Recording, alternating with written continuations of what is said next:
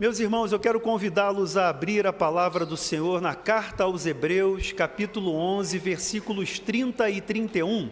A carta aos Hebreus, capítulo 11, versículos 30 e 31.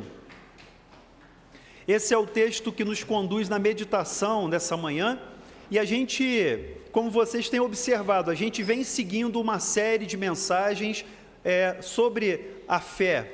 E falamos aqui dos heróis da fé do Antigo Testamento que são registrados aqui pelo escritor da carta aos Hebreus. E já caminhando para a reta final, nos momentos finais dessa narrativa, dessa aplicação que o autor aos Hebreus faz acerca dos heróis da fé, nós chegamos a um momento importante da história bíblica, que é a conquista da terra prometida, a conquista de Canaã. Eu quero que vocês leiam comigo, vamos ler todos a uma voz, esses dois versículos de Hebreus capítulo 11, que dizem assim: pela fé ruíram as muralhas de Jericó, depois de rodeadas por 7 dias.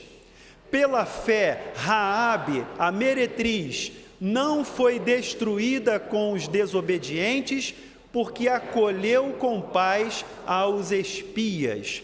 É interessante que, entre a pregação da semana passada, domingo à noite, o reverendo Alexandre falou até o versículo 29, e essa pregação de hoje se passaram 40 anos. Da semana passada para hoje, são 40 anos, e é interessante essa observação, porque... Por que o autor da carta aos Hebreus não cita nenhum exemplo nesses 40 anos? Ele pula do Mar Vermelho, onde os israelitas atravessaram a pés enxutos e os egípcios foram engolidos pelas águas daquele mar, e agora ele pula para as muralhas de Jericó. Porque esse tempo de 40 anos da peregrinação do povo de Israel pelo deserto é um tempo de incredulidade.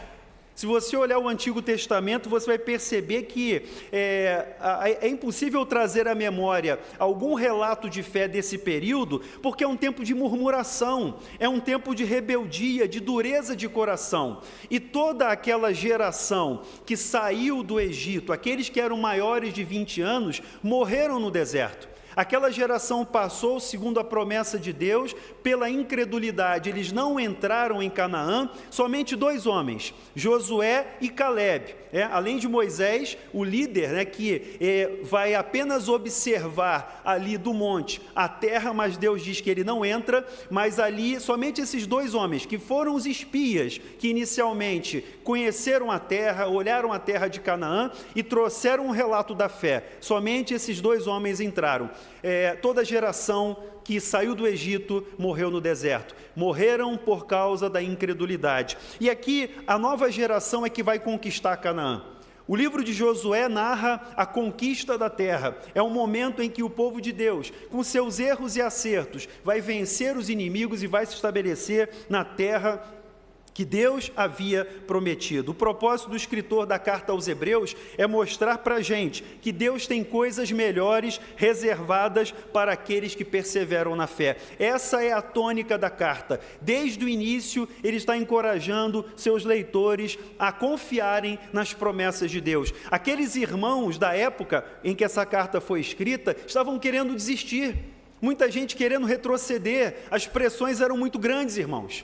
A luta era muito grande, e esses irmãos nossos do primeiro século, esses convertidos ao cristianismo no primeiro século, que eram de origem judaica, eram pressionados a voltar ao judaísmo. Então o autor da carta, ele trabalha essa transposição do Antigo Testamento para a nova aliança, e mostra que Cristo é superior, Cristo é o rei, é o sacerdote, Cristo é aquele que fala nesses últimos dias diretamente a nós, tendo Deus falado aos pais pelos profetas, e nós vemos aqui nessa carta um encorajamento à fé. E esses exemplos de fé servem para que nós, ao olharmos os nossos irmãos e irmãs do Antigo Testamento, nós possamos entender que a marca essencial do povo de Deus em todas as épocas é a confiança inabalável e firme nas promessas de Deus. É essa a ideia do autor, ele quer mostrar isso para a gente, e ele traz exemplos do Antigo Testamento. O pano de fundo dessa passagem que nós acabamos de ler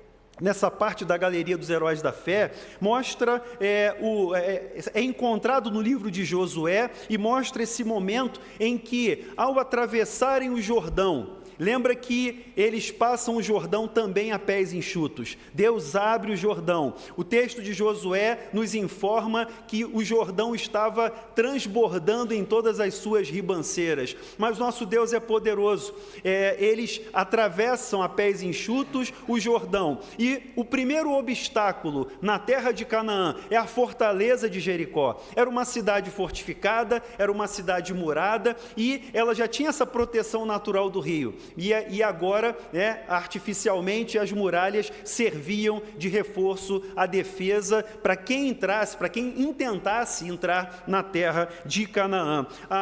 Dizem que Jericó é a cidade mais antiga do mundo, né? Eu li alguns comentaristas que falaram isso, né? Alguns datam de 7.000 a.C. ou 10.000 a.C. Realmente é uma cidade antiga.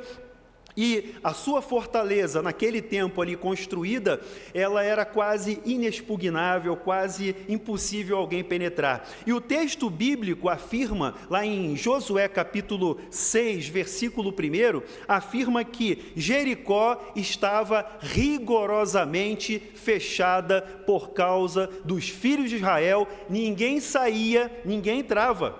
Rigorosamente fechada, a cidade estava trancada por causa das notícias que chegaram. As pessoas de Jericó e de Canaã sabiam que um povo avançava, um povo havia caminhado, e mais do que um mero povo, o Deus de Israel havia feito maravilhas. Se Israel chega até aquele momento, é porque grandes feitos o Senhor havia operado no meio daquele povo, e as pessoas estavam apavoradas. Os moradores de Jericó estavam apavorados, mas ao mesmo tempo Israel não tinha meios militares para entrar na cidade. Se a gente pensar aqui nas estratégias de guerra, né, se a gente pensar nas manobras militares, é óbvio que Israel não estava preparado para um ataque direto a Jericó e para conquistar pela força militar aquela fortaleza. Por isso a intervenção poderosa de Deus. Por isso que pela fé as muralhas de Jericó foram derrubadas, caíram as muralhas pela mão poderosa do nosso Deus. E o próprio Deus passa as instruções de batalha para Josué. Lá no capítulo 6 ainda de Josué, a partir do versículo 2, nós temos a ordem de batalha dada por Deus. E diz assim o Senhor: então disse o Senhor a Josué: olha, entreguei na tua mão Jericó, o seu rei e os seus valentes. Vós, pois, todos os homens de guerra, rodeareis a cidade, cercando-a uma vez. Assim fareis por 6 dias. 7 sacerdotes levarão 7 trombetas de chifre de carneiro adiante da arca. No 7º dia, rodeareis a cidade 7 vezes, e os sacerdotes tocarão as trombetas. E será que, tocando longamente a trombeta de chifre de carneiro, ouvindo vós o sonido dela, todo o povo gritará com grande grita. O muro da cidade cairá abaixo, e o povo subirá nele, cada qual em frente de si. Esta é a estratégia de batalha do Senhor. Veja que, eu vou entrar em mais detalhes daqui a pouco, mas veja que, humanamente falando, é uma estratégia absurda. Mas eu vou deixar para depois entrar em mais detalhes sobre isso. O texto de Hebreus também cita Raabe. Nós vimos que, ao lado da narrativa da queda das muralhas de Jericó, o autor conecta esse evento importante com a conversão de Raabe. E ele vai dizer que Raabe, a prostituta, a meretriz, ela foi salva pela fé também. Pela fé, ela foi preservada da destruição junto com os desobedientes. Ela foi salva pela graça, pela fé. E essa Raabe, essa mulher, ela não apenas pertencia à classe mais humilde da cidade, porque quem morava nos muros eram os mais humildes, os mais pobres. Imagina, né? Se você tem um ataque a uma cidade murada, quem primeiro vai ser atingido? É quem mora nos muros, e a cidade tinha muros largos, a ponto de haver casas construídas sobre esses muros. Mas essa mulher, além de ser pobre, humilde, uma mulher do povo, era também uma prostituta, e ela foi introduzida no povo de Deus, ela foi trazida pela graça a ser parte também do povo do Senhor, ela foi adotada por Deus, ela não foi destruída junto com os demais que desobedeceram ao Senhor. É interessante que Raabe, ela não temeu o rei de Jericó, mas ela temeu ao Senhor, ela confiou no Senhor, e por isso que ela não foi destruída junto com os outros cananeus ali, os desobedientes. E é interessante ainda, no livro de Josué, nós precisamos desse relato, no capítulo 2 agora, voltando um pouquinho para o capítulo 2, nós temos a conversa entre Raabe e os espias. E a partir do versículo 8, nós temos o seguinte registro, Josué capítulo 2, verso 8 diz: Antes que os espias se deitassem, foi ela ter com eles no eirado, e disse-lhes: Bem sei que o Senhor vos deu essa terra. Olha a fé de Raabe, olha o entendimento, a compreensão de Raabe. Bem sei que o Senhor vos deu essa terra, e que o pavor que infundis caiu sobre nós, e que todos os moradores da terra estão desmaiados.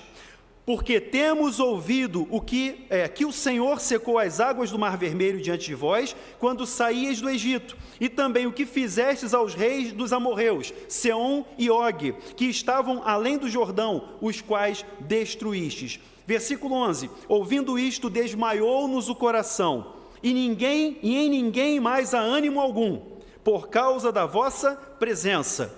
E aí aqui, meus irmãos, pausa importante. Aqui nós temos a primeira confissão de fé da Escritura. A primeira confissão de fé da Escritura é feita por Raabe quando ela diz o seguinte: porque o Senhor vosso Deus é Deus em cima nos céus e embaixo na terra. É uma confissão de fé, reconhecendo, declarando que o Senhor é Deus. O Senhor vosso Deus é Deus em cima nos céus e embaixo na terra. E Raabe faz uma aliança com os espias. Ela diz: agora, pois, jurai-me vos peço, pelo Senhor, que assim como usei de misericórdia para convosco, também dela usareis para com a casa de meu pai, e que me dareis um sinal certo, de que conservareis a vida a meu pai e a minha mãe, como também a meus irmãos e a minhas irmãs, com tudo o que tem, e de que livrareis a nossa vida da morte. Ela faz uma aliança com os espias, e vocês vão ver mais à frente o sinal dessa aliança, o fio escarlate, que é colocado na janela de Raabe, para que ela seja preservada pela fé, livrada da morte. Feitas essas considerações, meus irmãos,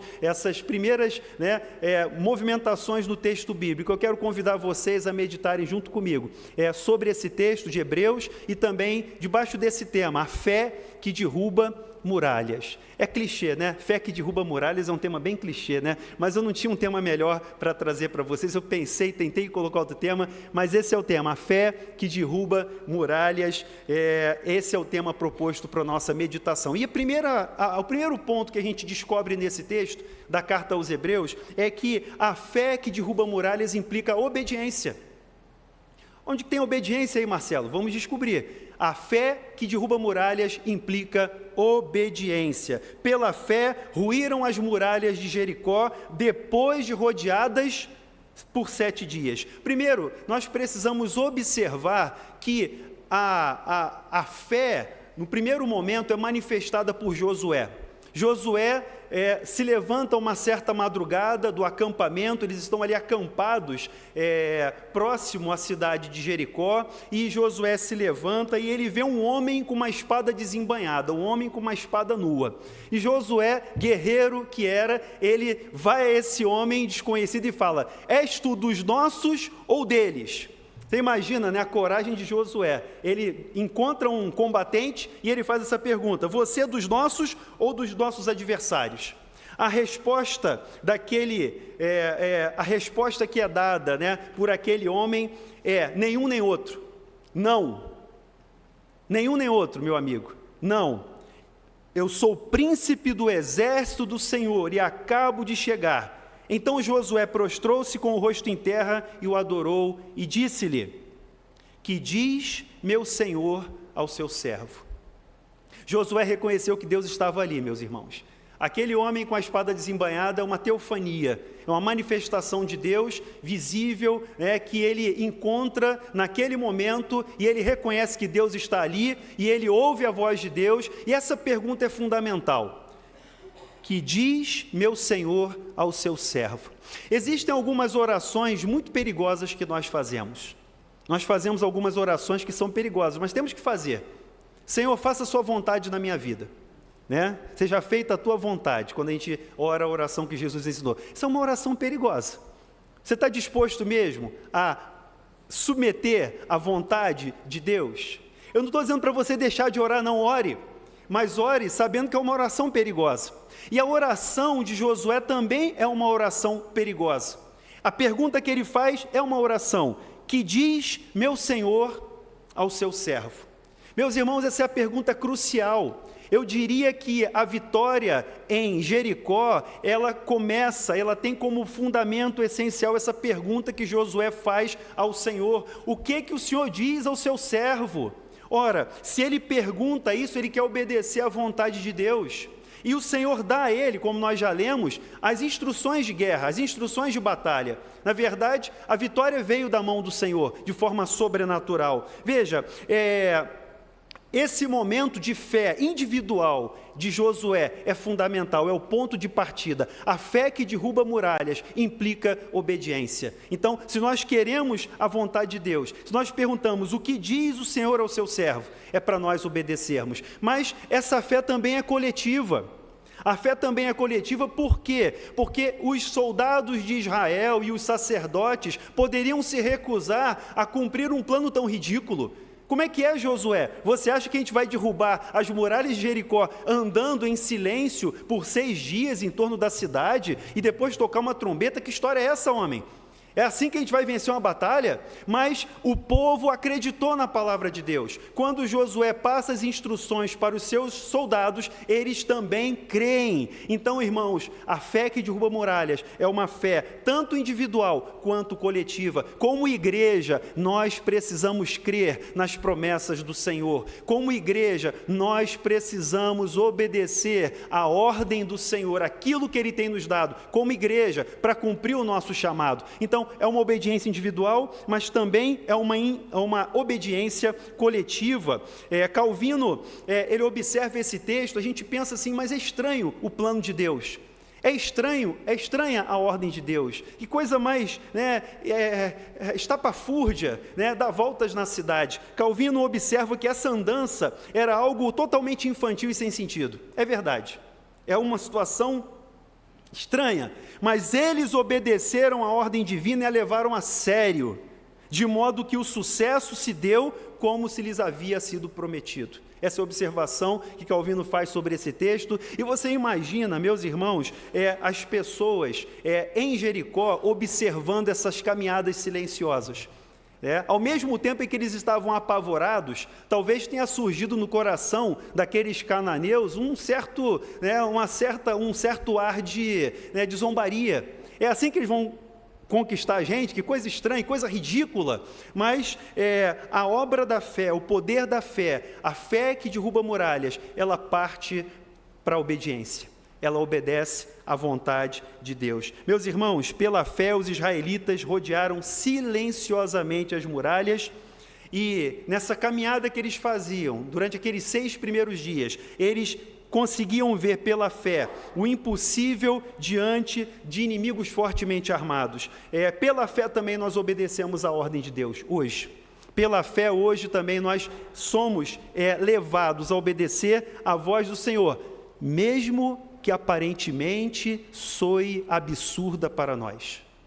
Às vezes Deus mostra coisas muito claras na sua palavra para a gente, e a gente pensa assim, mas isso é absurdo, isso não vai acontecer, isso não pode, isso é impossível.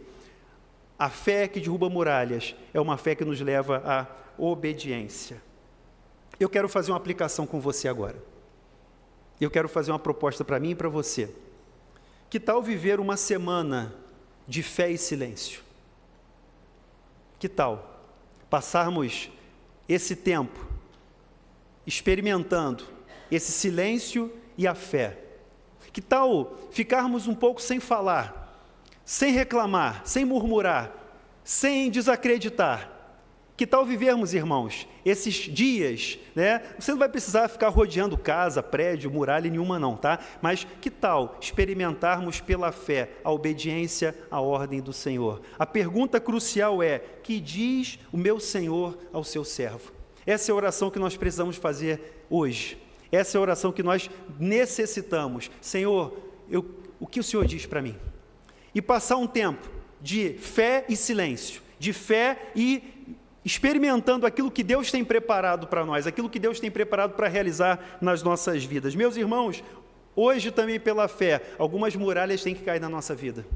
Algumas muralhas têm que ser derrubadas também, e você sabe que você não tem capacidade. E você sabe que não é pela sua inteligência, não é pela sua força, não é por seu poder aquisitivo que essas muralhas vão cair, mas é pela fé no poder de Deus e obedecendo a voz de Deus, é que nós vamos experimentar a queda dessas barreiras, dessas muralhas nas nossas vidas. Amém?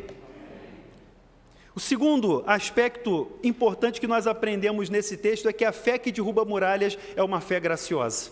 A fé que derruba muralhas é graciosa. O versículo 31, na primeira parte, voltando a Hebreus capítulo 11, diz que pela fé Raabe, a meretriz, não foi destruída com os desobedientes. A fé que derruba muralhas é graciosa. Veja, a experiência de fé de Raabe é um elemento essencial para a queda de Jericó. Assim como a experiência de Josué, do povo de Israel, a experiência de fé que Raabe teve ao encontrar-se com Deus é fundamental para a derrubada dos muros. Não por uma questão de espionagem, né? Se nós estivéssemos aqui num enredo de filme de espionagem, de guerra, seria, né? A Raabe seria uma personagem interessante, mas não é simplesmente a manobra de espionagem, mas é a fé.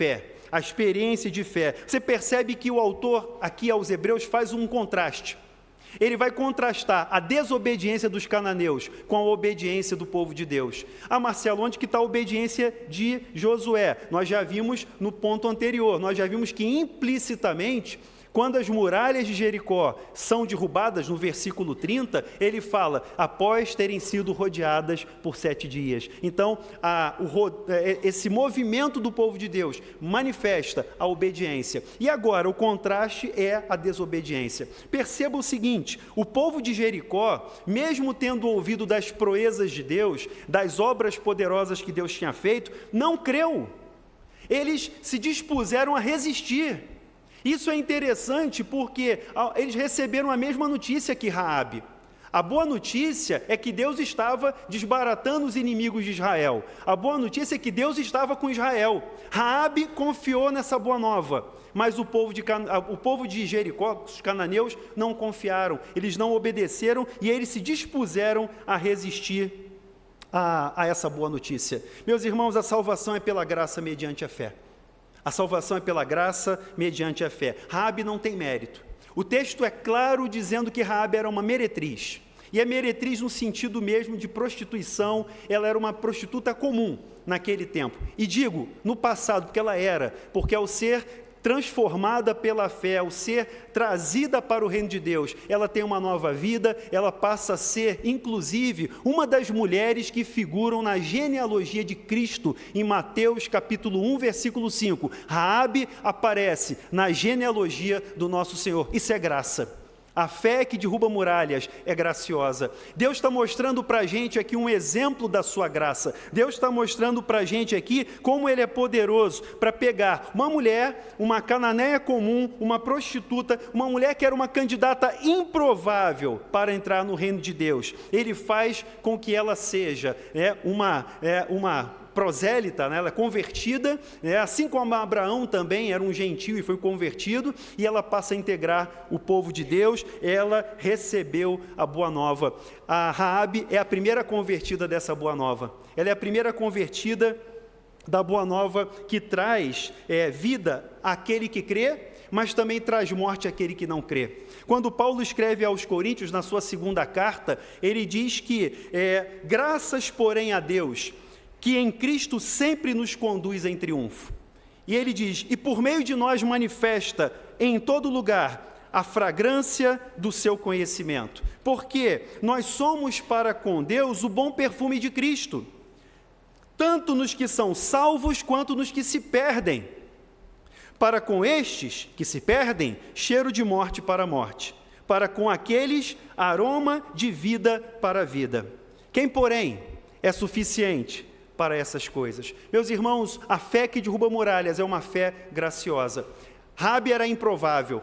Talvez mulheres daquela cidade fossem muito mais dignas do que Raabe, senhoras de respeito que moravam em Jericó, mas Deus escolheu Raabe, a prostituta, para que passasse a integrar o seu povo. É pela fé que Raabe é salva e não é destruída com os desobedientes. É a graça de Deus. Se você chegou aqui hoje, nessa manhã, aqui na nossa igreja, se você está aqui com a gente, talvez visitando pela primeira vez, está ouvindo pela primeira vez essa boa notícia, eu quero dizer para você que a graça de Deus alcança você nessa manhã. A graça de Deus maravilhosa, a graça que é pela fé e que nos salva, ela está disponível para mim e para você. Eu era um improvável, assim como talvez você se sinta hoje. Eu sou um improvável, eu sou indigno, mas Deus é gracioso. A salvação está disponível para a gente hoje, ao ouvirmos a voz do Senhor, recebermos essa palavra, essa boa notícia, assim como Raabe, nós podemos crer, nós podemos receber pela fé salvação, vida e sermos livres da destruição com os desobedientes. Essa é a verdade do Evangelho e Paulo diz que nós somos o bom perfume de Cristo. O Evangelho sempre traz a boa notícia, o bom perfume para a salvação, mas para aqueles que não acreditam, não cheira bem. O Evangelho, ele não tem um bom perfume, porque ele é cheiro de morte. Ao mesmo tempo que o Evangelho traz a notícia da vida, ele também faz o anúncio do juízo. E é tempo de salvação. Pela fé, Raabe foi salva, não foi destruída com os desobedientes. Mas eu quero falar do fio escarlate. Lembra que eu falei do fio escarlate? Alguém podia estar esperando, Marcelo, e o fio escarlate? Vamos lá. Meus irmãos, quando a Raabe desce os espias pela janela, pela muralha, ela amarra uma corda. E eles combinam um sinal. E os espias prometem que vão poupar, que vão preservar Raabe e sua família.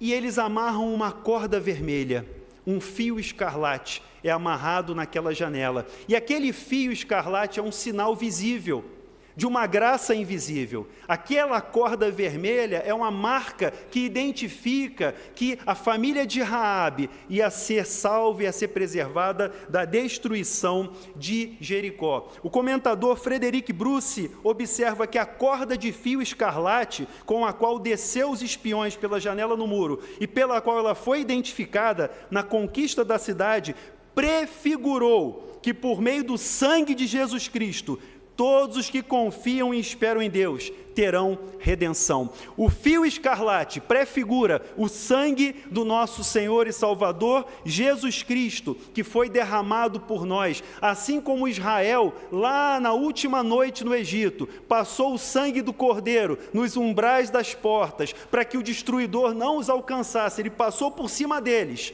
Assim também, Raabe precisou desse fio escarlate na sua janela, para que ela e sua família fossem distinguidos dos demais cananeus que estavam condenados. Irmãos, hoje nós celebramos a ceia do Senhor. Hoje nós celebramos o cálice, o sangue da nova aliança, o cálice do sangue escarlate de Cristo Jesus. Hoje eu e você também precisamos estar debaixo desse sangue precioso. O fio escarlate tem que estar na nossa janela também, irmãos. O fio escarlate, repito, não é para você amarrar uma cordinha vermelha na janela, tá? Tempo. Não é para botar uma corda vermelha na janela, mas pela fé, o fio escarlate também está sobre nós, sobre nossas casas, sobre nossas famílias. Nesse tempo de destruição, nesse tempo de desordem, Deus há de nos preservar pela fé, através do sangue do nosso Senhor e Salvador, Jesus Cristo. O sangue do Cordeiro nos livra da condenação, para que nós não sejamos destruídos junto com os demais que não creem. Vamos aplicar? Aplicação, meus irmãos. Com Raabe nós aprendemos que o que a graça de Deus pode fazer na vida de alguém que é socialmente desqualificado. Raabe é um exemplo da graça de Deus. Raabe, pela fé, foi salva. Deus salva os improváveis. Deus salva aqueles que você... Sabe, quando a gente não aposta, não, esse aqui eu não apostaria na salvação dessa pessoa. Mas Deus salva os improváveis, Deus faz o impossível. Se eu e você hoje estamos aqui, porque nós somos salvos pela graça. A fé que derruba muralhas é uma fé graciosa. Terceiro e último lugar, a fé que derruba muralhas é uma fé acompanhada por boas obras. As boas obras acompanham a fé que derruba muralhas, e nós vemos isso na segunda parte do versículo 31 de Hebreus 11, quando ele diz: porque acolheu com paz os espias.